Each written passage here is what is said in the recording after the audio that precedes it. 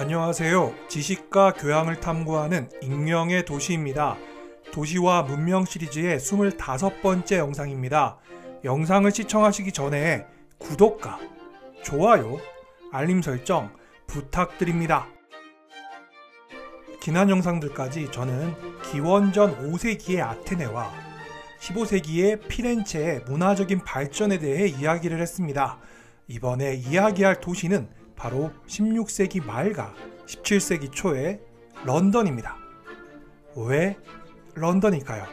그리고 16세기 말과 17세기 초일까요? 당연히 이 시기에 런던에서는 매우 특별한 일이 일어나고 있었기 때문입니다. 17세기의 여행 작가인 파인슨 모리스는 다음과 같이 기록했습니다. 내 견해로는 내가 보았던 세계 곳곳에서보다 런던에서의 공연이 더 많기 때문에 코미디언이나 공연자들의 숫자가 세계 다른 지역을 초월한다. 당시 런던에서 무대 공연은 폭발적으로 증가했고, 이러한 것은 모든 형태의 문학에서 갑작스러운 창조성을 반영하였습니다. 셰익스피어와 말로의 연극, 던과 스펜서의 시, 그리고 성경에 대한 공인된 버전의 번역이 완성되었습니다. 이러한 현상은 무엇보다도 런던의 극장과 극장 회사의 창설에도 반영되어 있습니다.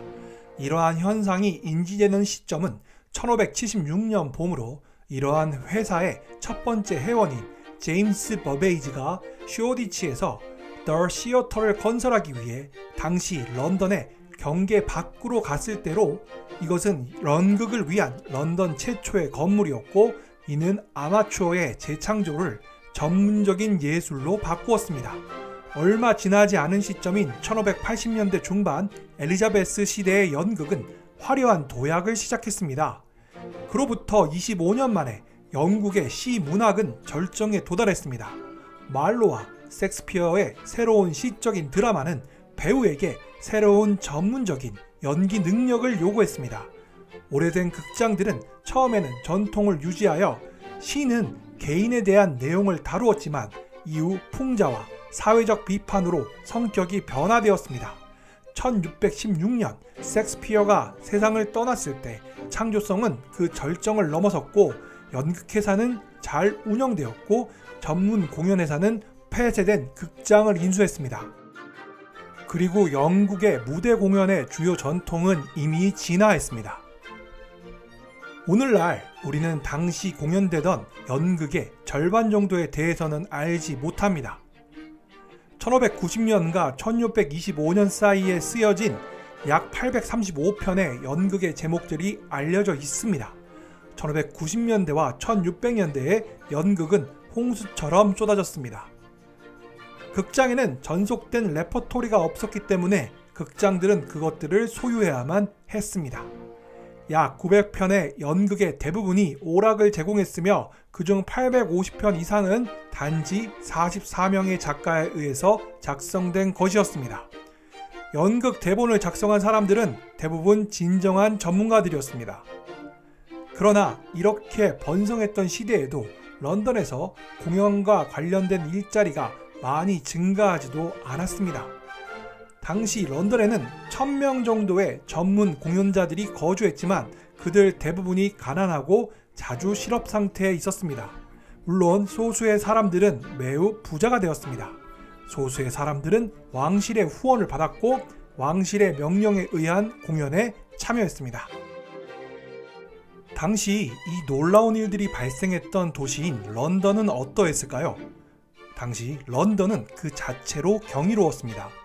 16세기 후반의 런던은 14세기 초의 피렌체에 견줄 수 있습니다. 런던은 당시의 세계의 종착점과 같은 도시였습니다. 런던은 이미 유럽의 대도시 중에 하나였고 더 성장하고 있었습니다. 얼마나 큰지 추정하는 것은 매우 어렵습니다. 가장 최근에 가장 신뢰할 수 있는 추정치에 의하면 1550년에 12만 명, 1600년에 20만 명의 인구를 가졌다는 것.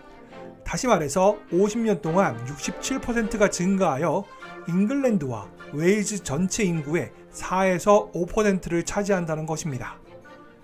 당시 런던의 인구는 다른 모든 영국 도시들보다 훨씬 많았습니다.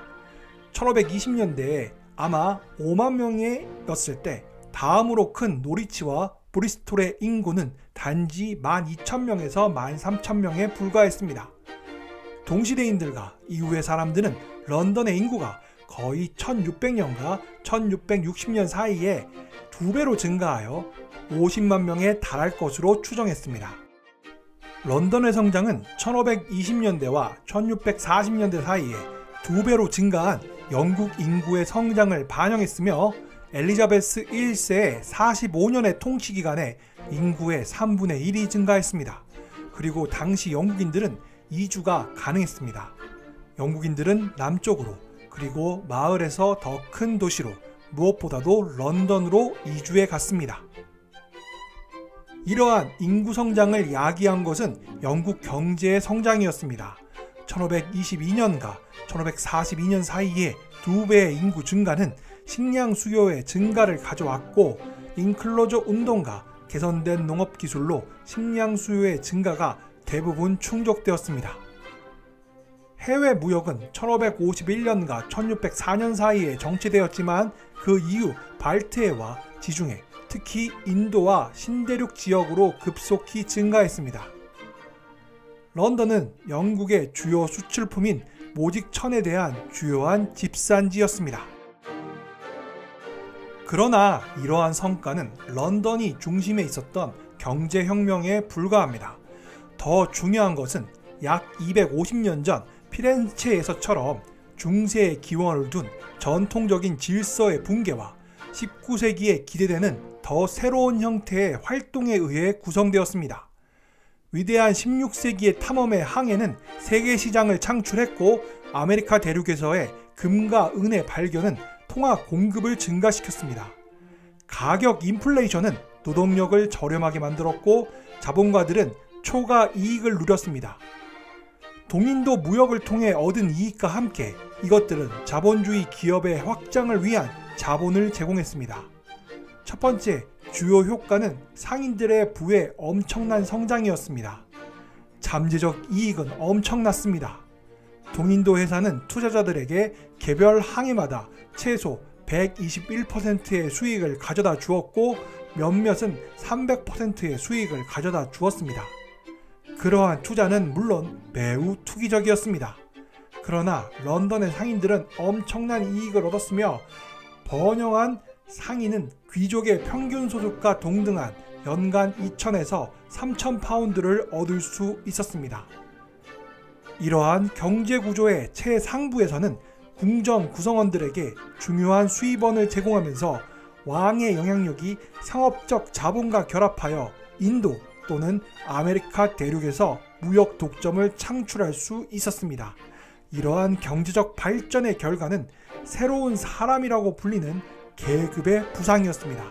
그들은 토지를 소유하는 것이 아니라 사업 능력을 갖고 있던 직물가, 금융가, 상인, 기업가들이었습니다.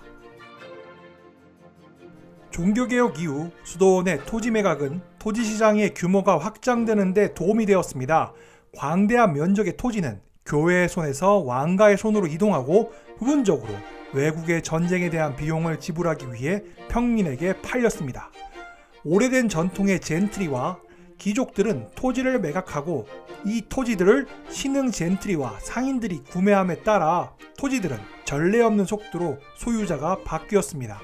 즉 토지시장에서 80년 동안의 광범위한 활동이 있었는데 이는 토지 소유 계층들 사이에서 전례 없는 사회적 이동의 80년을 의미했습니다. 성공적인 요먼들은 널리 젠트리 계급으로 진입하거나 적어도 그들의 교육받은 자녀들이 진입하는 것을 보장하였습니다. 이는 성공적인 상인들도 마찬가지였습니다. 이러한 사회적 유동성으로 젠틀먼의 명칭을 얻게 된 사람들 중에 유명 작가 윌리엄 셰익스피어가 있었습니다. 다시 말해 중산층이 도래하고 있었습니다. 부와 지위를 얻기 위해 더 이상 귀족으로 태어날 필요가 없었습니다.